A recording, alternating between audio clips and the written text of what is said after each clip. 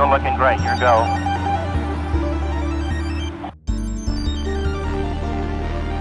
You drinking coffee? Shut up. Hello, everybody. Welcome back for another episode of the Sci-Fi Wise Guys in the month of October. Horror in space. In space. I am the scary host, Chris. I am the first to die, Anthony. Oh, somebody'd say scared. Either way, it works out just fine. How you doing, buddy? I'm fantastic, actually. I'm doing really well. Yeah. Excellent. I don't, how do I put it? It took 3 years of the podcast. Nice. It took 3 years of the podcast for you to, for us to finally get around to just doing a horror month, like a proper horror month, and not whatever it is we have done. Yeah. Not just spooky, but actual horror. And boy, did we open up on a good one. So I'm eager for this month, but I'm cautiously optimistic about the rest of the month after our opener here. I think, but other than that, I've been doing really well. Thank you. I think it's been established on the pod that you are not the biggest fan of horror in general. I think it's more accurate to say that horror is not the biggest fan of me. I see. Yeah, that makes sense. Yeah. Yeah. I enjoy a good horror flick. Sure. And there's been exceptions to that. We've talked about that. There's been exceptions. What do we watch, man? Oh, we're jumping right in. Yeah. We watched the 1997 science fiction horror film directed by Paul W.S. Anderson and written by Philip Eisner, Event Horizon. Rated R, 1 hour and 34 minutes, so quick. Yeah. Bloody and to the point. Infinite space, infinite terror. What a great tagline. Fantastic tagline. Well, the reason why I wanted to... Go ahead, I'm sorry. You go right ahead. You go right ahead. I got in my notes. We'll get to them. I was going to say the reason why I wanted to jump right in is because in my personal life, this movie actually has a great deal of influence. I first saw it in the late 90s, not when it came out, but later on it was on DVD or whatever, or VHS. I don't remember where I watched it, but when it came out, it made a huge impression on me. Obviously made a huge impression, I'm pretty sure, on everybody. But in the intervening years, I've actually used this movie, and I think I've told this story on the pod, as kind of a way to filter who I am willing to put up with in terms of dating. I use this movie in the FP. Those are two very different movies. Well, I'm eclectic, man. I'm a complicated individual. Event Horizon for one very specific reason, because I think it's like the perfect entry into science fiction and horror. Like, there's going to be some other things we're going to watch for the month, and we might spoil those, or maybe you'll find out when we talk about them. I don't know. We haven't decided yet. But I don't think there's another movie off the top of my head that really is the perfect melding of, like, what is scary and what is science fiction. And I think this movie does a really, really good job. There's a lot to talk about with this movie. There's so much on the production side that we might have a chance to talk about. There's so many fan theories about this movie that I want to talk about. But yeah, that's why I wanted to just jump on in. Oh yeah, absolutely. There is a lot to talk about. And I think getting it right out of the way, here on the Sci-Fi Wise Guys podcast, typically we review straight to stream or straight to DVD style science fiction or science fiction adjacent media, whether those that's TV, movies, short films, whatever. Obviously, this is none of those things. Well, it's science fiction, but it's not direct to DVD, direct to stream. But we're trying to branch out. We're trying to hit some things we might not have seen before, or hit maybe a theme, so we have something to compare things to. So obviously, you've seen this before. I saw this for the first time yesterday. Yes, interesting. I recognized a few of the scenes. So I maybe it was on TV at some point, in my teenage years, and I caught some of it. But I definitely have never seen it before. And don't worry, like the loyal fans, long-time listeners, we will be doing some original B-movie style stuff this month for horror in where, Chris? Space. There it is. I mean, to be fair, I did ask if we could watch a different movie called Deep Star 6, and you said that no, we wanted to stick to things in space. But I didn't counterpoint that everything that we do is in space. Well, yeah, that's kind of the all right, nerd. Yeah. I digress. No, so I watched this for the first time yesterday. I think, and I was telling you right before we started recording, I think this is the perfect opener to Horror in Space Month, because I think this movie actually ties really well into two other films we're going to watch this month. And you said we might share, we might not. We're recording this a little early as usual, but I think we're going to share the whole slate, the whole schedule. So by the time y'all listen to this, if y'all follow us on the socials or you're in the Discord server, whatever, you already know what's coming. But two of those movies that are coming are Alien, which is another horror, obviously the kind of the staple horror in space. Yeah. Everyone's dying off and all that. And Doom, which is also in space and also involves hell. Very different. Yeah. Very different. But this movie kind of has elements of both a little bit. Like I'm reading through the production of this film, which is fascinating, by the way. Like if me and you were long form documentary style YouTubers, this movie would sustain us for so long. We have so much content. But the earliest version of the script had an alien that had come back through wherever and was killing everyone, right? Yeah. Or maybe more than one or that type of thing. But, that's very alien. And then they switched it to be an alternate dimension of some sort. And eventually it's basically hell, which is very much like Doom. So it's very interesting. We're starting here in kind of a mix between those two other stories. Let's get some facts out of the way. Let's do the facts, and we'll get to our discussion here. On IMDb, Event Horizon is sitting at a 6.6 out of 10 star rating with over 190,000 ratings. The blurb reads, a rescue crew investigates a spaceship that disappeared into a black hole and has now returned with someone or something new on board. Oh no. Over on, let's just take a look here. The unweighted mean is 6.6, so coming up a little higher. 27.4% of the votes sitting at 7. With 6 and 8 being all just shy of 20%. So I think mostly positive or above average on the ratings here. I mean, there's a spattering of lower ratings, there's a spattering of higher ratings, but I think solidly well received on IMDb. Over on Rotten Tomatoes is sitting at a 34% rotten with a 61% audience score. Now, I know this film wasn't very well received. It didn't make a ton of money at its theatrical release, and I wonder if these ratings are a reflection of that and not really its what we call cult status today. But we can get more into that. Critics' consensus, despite a strong opening that promises sci-fi thrills, Event Horizon quickly devolves into an exercise of style over substance, whose flashy effects and gratuitous gore fail to mask its over-reliance on horror cliches. Okay. Metacritic. Brutal. 35, generally unfavorable, with a user score of 80. So that's I think it's the biggest gap. That's what was the gap, if anything, in Rotten Tomatoes? 34 to 61. 30-some odd, yeah. 35 to 80 is a huge difference. Huge difference. On Letterboxd, last but not least, I suppose, 3.3 out of 5 stars. So coming out to a 6.6. It looks like the fans or the aggregate score sites are rating it a little higher, while critics are rating it a little lower. Just to read the blurb here, just to wrap up the facts.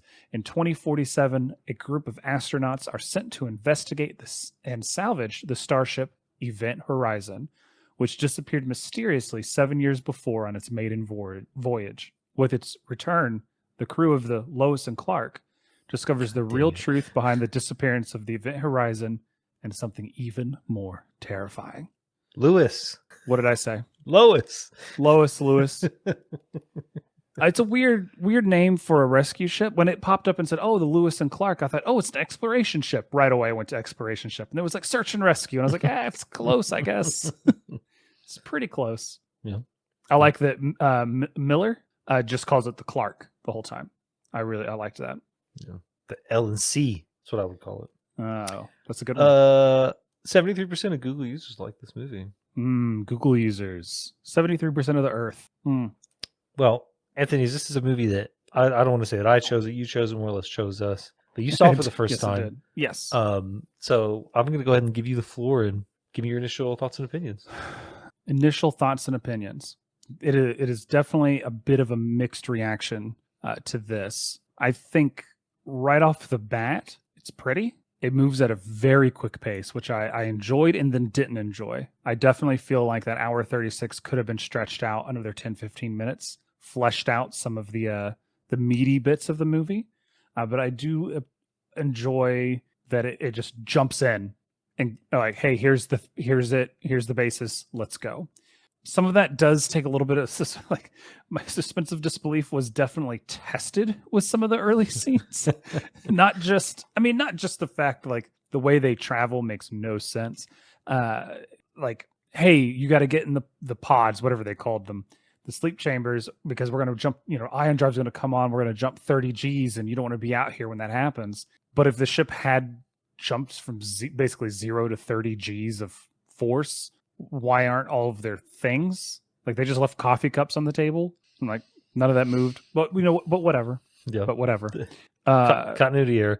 We got I did a little bit of math on how fast they actually went there, and it's all right. It's not bad. Also, like this ship is like a black site ship, right?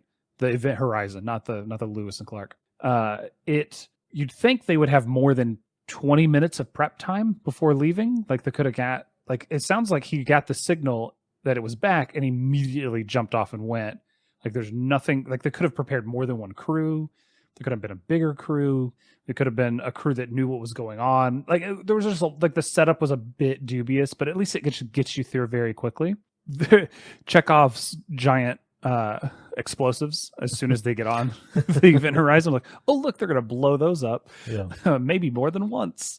Some of the scenes with her, like, oh, look, there's a little bit of blood here. And then like the lightning flashes behind her and there's a lot more blood. Yeah. Very, very interesting. It was just a lot of atmosphere. The meat grinder hallway is really, really cool. The actual like gate drive thing is really, really cool. The aesthetics of this movie, fantastic. Lawrence Fishburne kills it. I think he absolutely kills this whole film. Does a great job. I love the props. I love a lot of the visuals. I am on record, and I will go on record again saying that I miss miniatures and like real props for spaceships and stuff. I think they look fantastic. Yeah. Bring them back. Yeah, touch up a little bit of the atmosphere with some CGI. That's fine.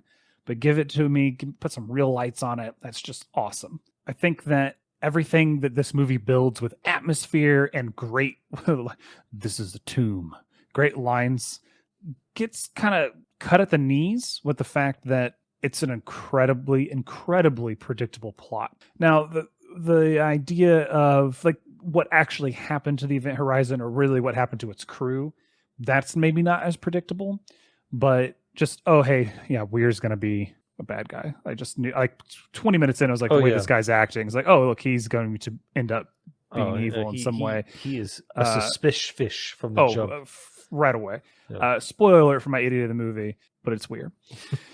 The crew, like, okay, the young eager one going down first, like it's very formulaic in some of its horrorness, and so kind of like I said, it kind of cuts itself at the knees. I will say, I did not Google it.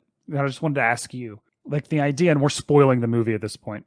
Obviously, how old is this movie? 25, 26 years old now. 26 years old. If you haven't seen the movie and you like horror and you like sci-fi, go see the movie. Like, or I said, go see it, stream it, wherever it's streaming. If you don't like a ton of gore, or you're not really into horror, but you like sci-fi, I think it's skippable. I will say that the idea of a ship, or just the idea of faster than light travel being accomplished by going through an alternate dimension for any amount of time, or even just straight through and popping out the other side, it's not original at all, and that's fine. It's done by a lot of different properties, but this might be the first time that I've heard of them. Oh, they went through, but they didn't pop out the other side. And it wasn't just that they were lost, like they visited somewhere else for however amount of time. There might be other stories where there's like time dilation or other things, but to go somewhere else and then come back is pretty interesting from a sci-fi science fiction perspective. I was very intrigued by all of that. Unfortunately, where they went was a hell dimension, and it didn't turn out well for them. It was just probably the most squeamish I've ever been in a movie, like with the amount of gore that's in a 15-second scene. Way too much. Way too much. I did not watch that entire scene. It was an overload for sure. But overall, despite all of that, I think it's a well-made film. Reading about the production, how rushed it was, and how they were able to cut corners quick here and there. I think Anderson is quoted with saying, he cut too much. He was told to cut 30 minutes, and he cut 30 minutes, but really he probably should have just cut 20. I would agree with that. I think there's a good movie that got cut down a little bit too much. So I agree with the 6 and what was it on IMDb? 6.6? Yeah. Sure, 6.6.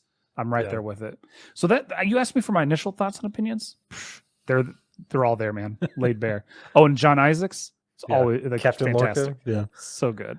I think I agree for the most part with your rating. I'd probably bump it up a little bit higher for my own personal opinion, just because, like, in the production, you can go read this on Wikipedia. I remember reading it in a magazine article a long time ago. This movie was inspired in part by Warhammer 40K, which is a science fiction / space fantasy tabletop miniature game in which, in order to travel, like in Star Wars, like they go to hyperspace, which I'm still not 100% sure how it works, because I feel like they change it every the hyperspace is like the Force, whatever the plot needs it to do.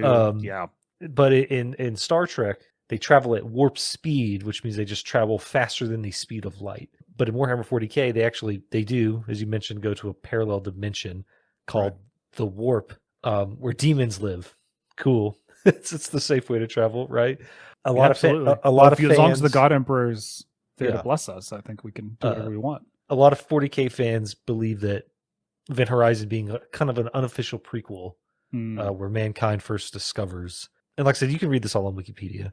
The thing that I hate about this movie is that it was edited down so much. Like reading about, because like I said, I read this in a magazine article many years ago about how, like, all the ways they die or they're haunted by their fears, right? Like Weir's greatest fear is that he couldn't save his wife from committing suicide. The medical assistant, Peters, her greatest fear is that she left her child.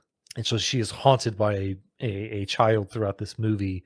The doctor, they don't talk about it, but apparently he had a fear that he was going to get vivisected. Yeah. And that's how he ends up dying. I think he had that long surgery scar. Yeah. I think in some cutscenes they talk about how he, like as a child, he had to undergo that surgery, and he probably just scarred him literally and figuratively, and mentally and physically, I should say, at a young age. Yeah. And so a lot of this movie was lost. Unfortunately, there may never be a director's cut. Paul W.S. Anderson has said that he doesn't know where the footage is. So, which is sad, but it is what it is. It's pre-digital, so it's just or wherever it is, you have to literally find it.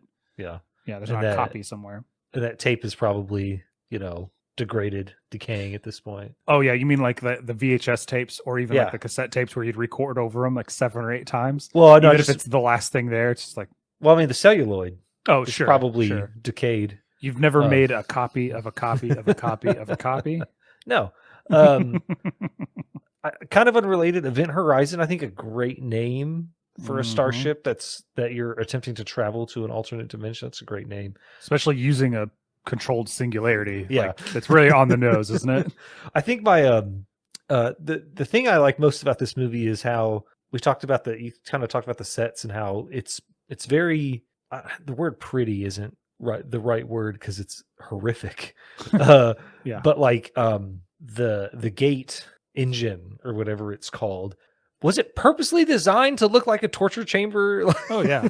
Like, were the spikes necessary? They don't really talk about them. When I spent a lot of time reading. I think it was inspired by Hellraiser or Pincushion or whomever. Like it's inspired by some older horror for sure. And I think in the earlier scripts it was supposed to just have a black hole in there, the whole there the whole time. But effects are effects, and they cost a lot of money. But Yeah, it is definitely like you see all that. Like the one thing that there are two scenes in this movie that subvert expectations. One is when somebody didn't get vivisected by a door when I fully expected them to. You watch, if you've ever seen it, you know exactly what I'm talking about. Yeah. And two, there's giant spikes all in that gate room. No one falls on a giant Yeah, spike. no one gets impaled. I was waiting for somebody to get impaled. Yeah. The whole movie you watch, you're like, oh, someone's gonna die in that, like What's right away. No one got killed by the meat grinder hallway either. Like very obvious, but it didn't happen. The thing that makes me kind of giggle watching this movie many years later is because I saw Lost in Space from 1998 before this, Oh, okay.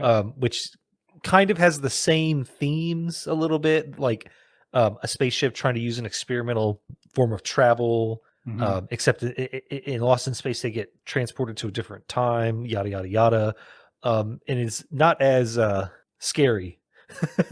You don't say.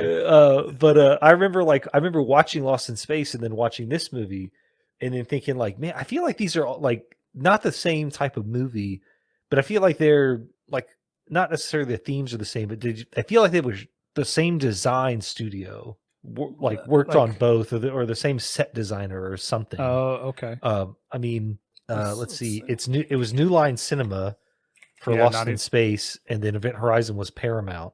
But yeah, I I think mean, it's just late '90s science fiction. You know, has a look to it. You yeah, know, it just does. yeah. I mean, just the ship interiors, the outfits, like how everyone's reacting. It just kind of they feel like they've. I've not that they feel similar. They just. Sure, I just was like when I was watching this for the first time, I was like, man, this is like Lost in Space, but scary. but scary. Yeah, Well, I like but like it's so interesting you brought up Lost in Space. I mean, because Lost in Space is just Swiss Family Robinson in space, right? Like that's yeah, the general idea, right? yeah.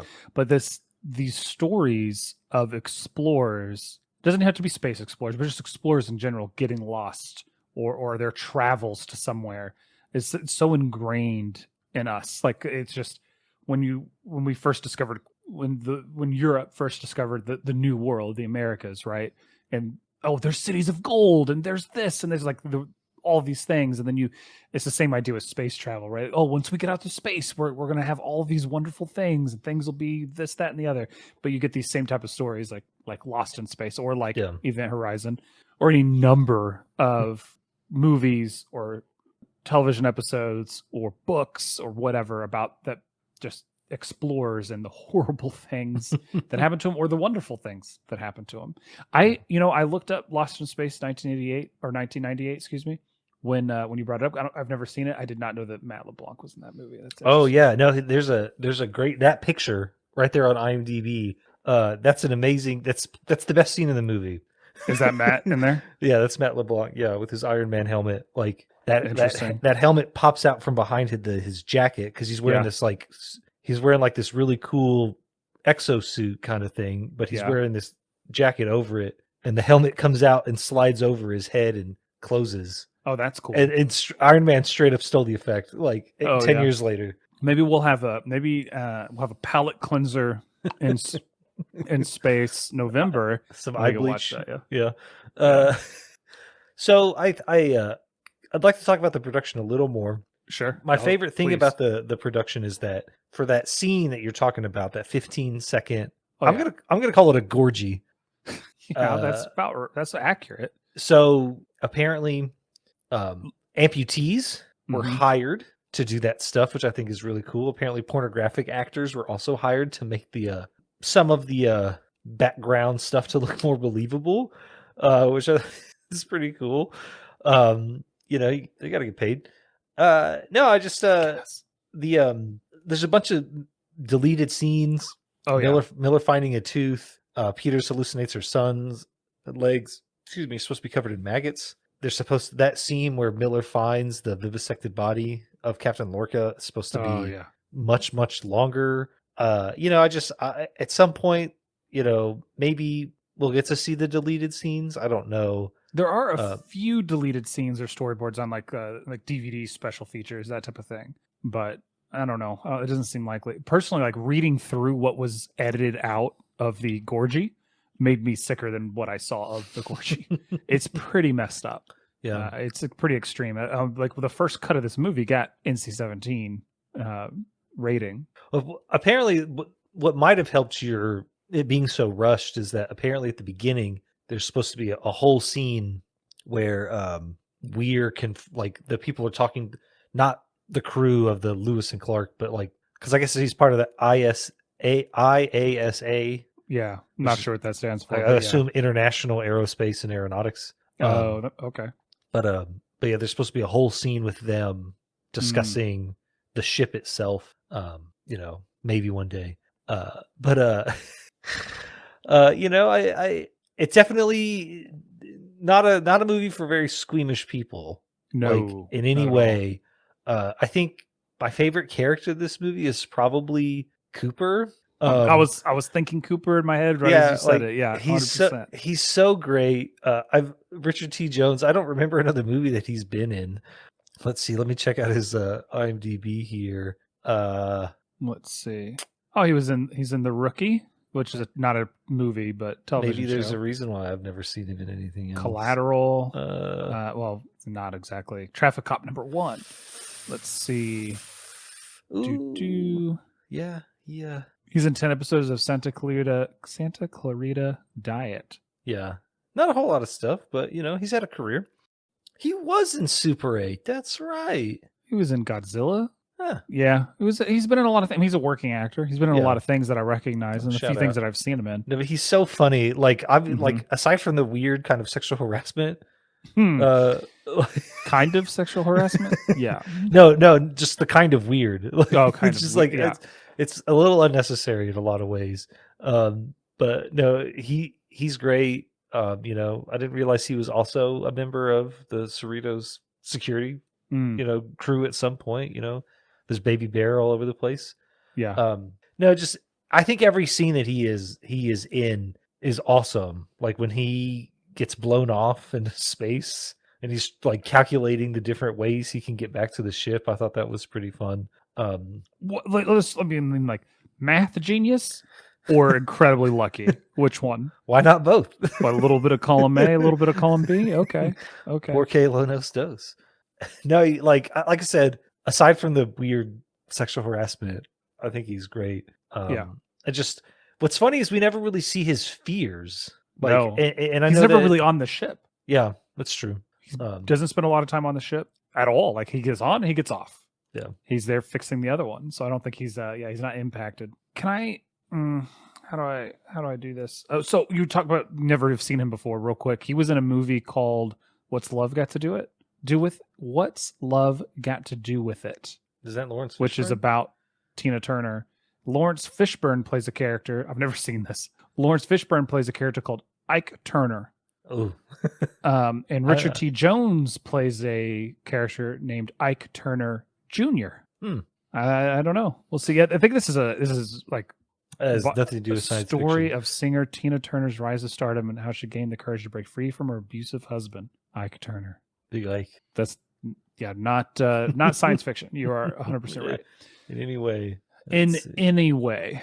So Smith, played by Sean Pertwee, he finds a panel and finds the bomb that's been placed on the Lewis and Clark, right? There's a big button that says disarm and another one that says disable. He doesn't try clicking any of those buttons. You have to enter like a code or something. Because when he goes through and arms them, he just clicks buttons to arm them, and then there's right next to arm it says disarm, and next to like there's the remote detonation. There's a disable. I mean, these aren't meant to be like they're not fighting people. They're meant to be used in emergency. They should be able to be turned off. It's just like I was yelling at the television. Click the button. Just click the button. What are you doing? Click the button. I don't know. I'm not saying it's a plot hole. I'm just saying maybe if he clicked the button, it didn't work. It would have been fine, but it was a bit odd for sure. So, how do you feel about the end of this film?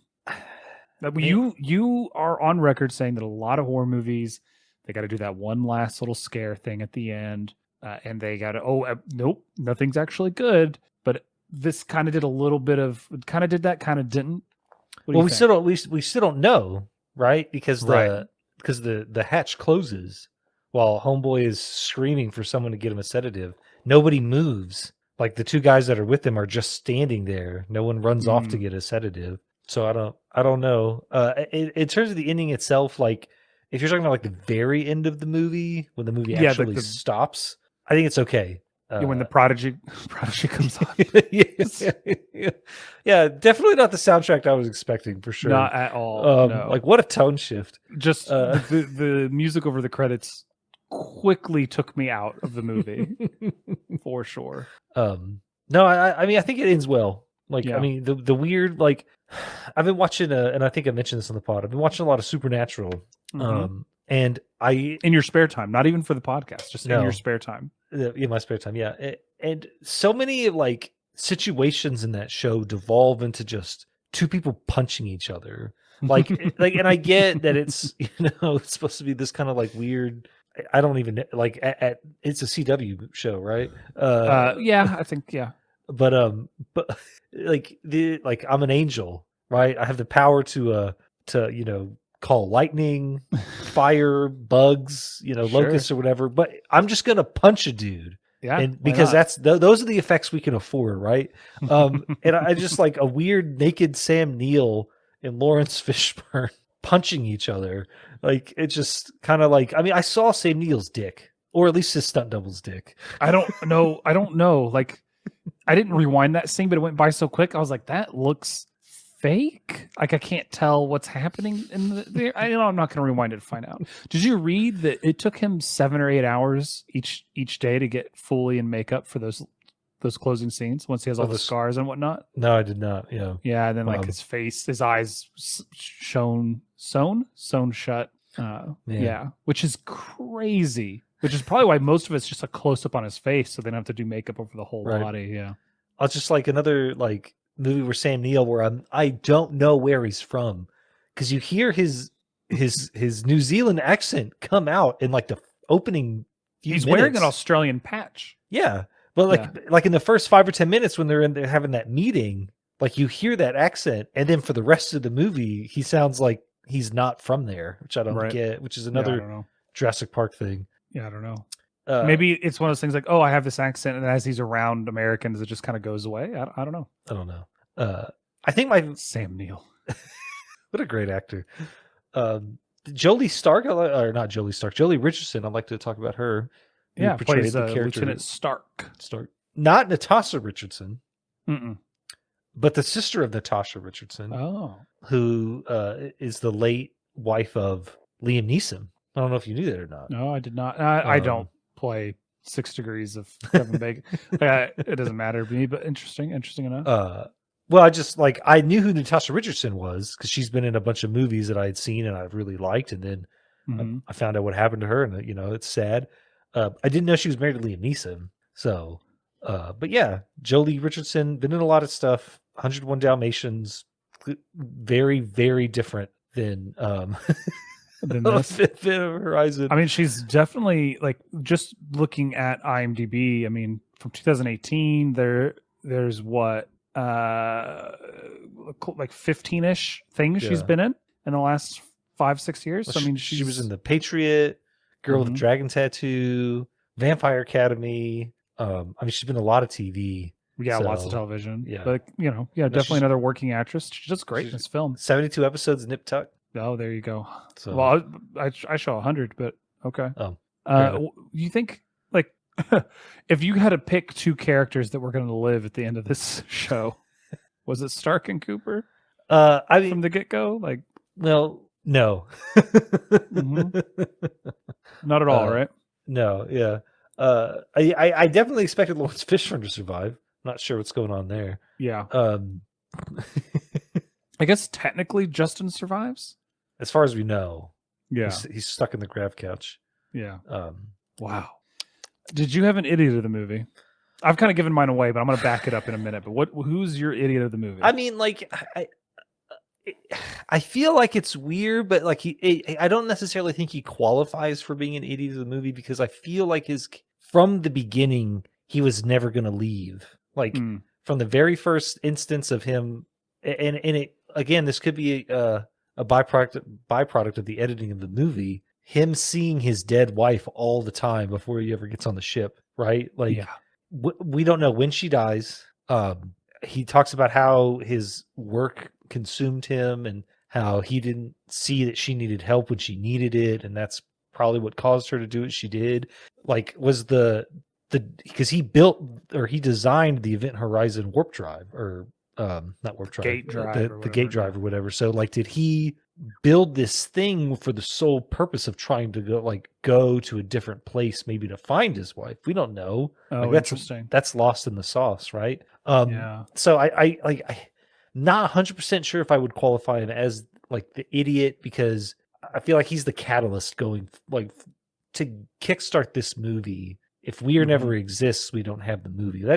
But then again, that doesn't disqualify him from being an idiot, because when point blank asked if he saw anything in the maintenance tunnels in the Jeffries tube, he just lies. Yep. Like, it might be Peters. Peters. Which one's Peter? She's Oh, yes. the lady who chased Yeah. her son, who Like, she definitely knows. had legs. She knows that she's hallucinating. She's hallucinated her child already. But I mean, like, people who are hallucinating don't, like, it does more than just show you something usually. Yeah. Right. So it could be impacting her in other ways. But yeah, that felt a little contrived. I'm going to go with weird because he seeks his dead wife. He has nightmares of her. He sees flashes of her. And like, I thought it was, I'd almost forgive him, except that until it's revealed that she died via suicide, he should get help. Like, my notes say weird because he didn't see a therapist. Yeah. Like, if you're struggling, seek help, get help. It's no one is above that. Even if you do build interdimensional travel, doesn't make you a psychiatrist. I found that relationship, or at least that interaction between him and the ghost of Claire, how, like, on a scale of 1 to definitely inspired, like the Dead Space thing with Isaac Clarke and his lady friend. Oh yeah, 100%. Like, There's it's so much of that movie that's in Dead Space. It's not even funny. Yeah. like, it's just like that. I think that whole opening sequence, like, I feel like was ripped completely off of this movie. Oh, for sure. Which is For sure. because his name is Isaac Clarke, Lewis and Clark. Oh yeah. Oh You yeah. know, I'm gonna shift us into the lore a little bit, like the in universe in this movie. He's hallucinating his wife or seeing her flashes and stuff, and that could be explained as just trauma, right? Nightmares, just trauma. But when he first sees her, like, it's revealed that she doesn't have eyes, which is a recurring theme for people, for everyone, for the former crew, and then him later on. So was the ship calling out to him in any way? Like, yeah, no, is he that's what I connected it in mean. some way? Like, that's what I'm asking. Like, but how would it know to reach out to him? Well, he made it. He created But yeah, I guess. But it's just I'm operating under the assumption that the ship itself is possessed, and it's not possessed until it goes wherever, right, and comes back. So I guess, like, I just didn't see how it would know to reach out to him. Like, maybe it's reaching out to other people and we don't ever see that. I just was a little confused. I mean, it's got it's a bit ambiguous, I guess, is what I'm trying to say. If it is, because, like, this isn't necessarily cosmic horror, right? Sure. Because it can be considered that, because alternate dimensions, old gods, Cthulhu kind of stuff, yeah. Mm-hmm. But we don't see any tentacle monsters because they got written out. Sure. So I can only assume that if it's inspired by 40K, where demons and hell are, like, exist in the real world, he designs this ship, right? Because, again, we don't know the timeline. So sure. Did he design the ship, and in the time of him designing it, or designing the engine, when his wife passes, maybe, like, whatever possesses the ship is able to find the logs, right? And it knows, okay, well, if I'm this crazy evil cosmic entity, if I'm smart enough to possess a bunch of people and then possess their ship, maybe I'm smart enough to go through the computer, find the designer, and then call out directly to him. Or did he design it implicitly because he was called out to, like, he was inspired by this evil, like, hey, there's only the shortest distance distance between two spots is to fold them in half. I don't know. So which they then do in several other media. I think that's like I think Yeah. Interstellar being the big one. Yeah, there's just Yeah, not a okay. there's There's just not. not I a know. I just didn't know what you thought. It's very right. ambiguous. It's up to Yeah. for interpretation. But I hadn't actually thought of the ship or the entity giving him the idea to even do it, to like initiate the travel is a pretty interesting take. It's very interesting. Overall, worth the price of subscription. I mean, if you got Paramount Plus, Mm-hmm. yeah, Yeah, I if mean, you got it on VHS, I guess yeah. you already own it. It's hard for me, like because of the horror bits of it. Like I said, I stand by the 6.6. If you want, I would lean, even if you're not huge into horror, I would probably still recommend it just because it's obviously influenced a lot of other things. If you are super squeamish, there are a few scenes that will mess with you. So just your limits and all of that. But if you're looking to watch, what would you call it? An inspirational media as far as the genre is concerned, this is definitely one of them. It has a cult following for a reason. Yeah, like we talked about Alien. Like I think Sure. Alien's probably the first sci-fi, like true sci-fi horror movie. You think so? I mean, like just in terms of like taking, because it's Alien is essentially a Jason movie, or like Michael Myers film. Yeah, unkillable killer running around murking people.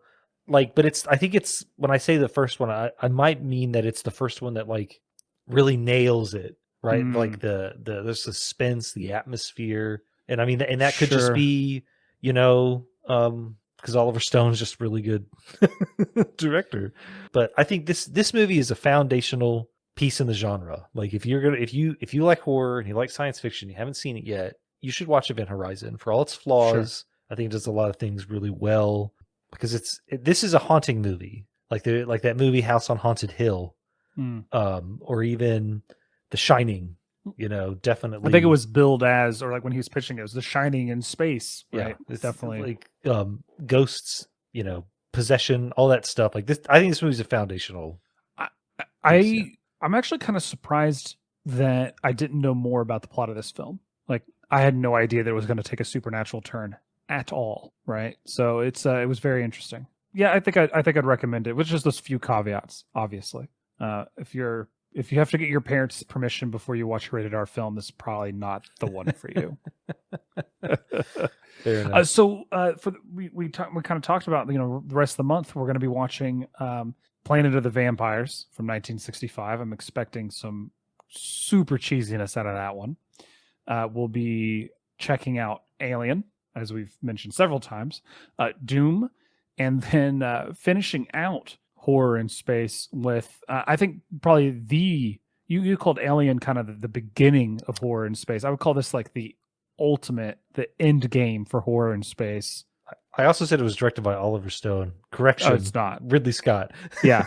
I was going to let that one. I was going to see if anyone came out and corrected you. I like it when you tick people off. But we're going to end the horror in space month with the ultimate version of horror in space, Jason X. Super excited. So that's what's coming up on the docket. If you have suggestions for other straight to stream or straight to DVD style science fiction, you can email us scifiwiseguys@gmail.com. You can also hit us up on the social media, basically everywhere at sci-fi-wise-guys. DM us or just add us or whatever. We'd appreciate it. Stay healthy, stay hydrated, and make movies like Event Horizon, not like Resident Evil. I mean, you mean like the movie Resident Evil or the television show Resident Evil? Why not both? Fair enough. Thanks, guys. Bye.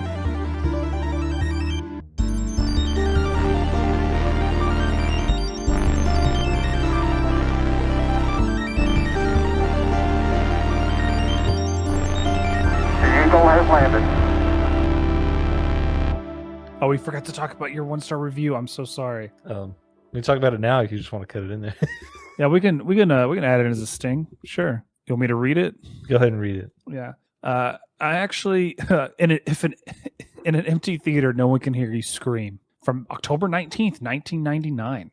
I actually yelled at the screen in this film, really. When the big secret of the Event Horizon was revealed, it was so insultingly stupid that I couldn't believe the filmmaker had the nerve to toss it up there on the screen. The film looks pretty, pretty cool. The interiors of the spaceship were based on a cathedral, but other than that, there's really nothing to suggest it. So he predicted the twist or didn't like the twist. 1 out of 10.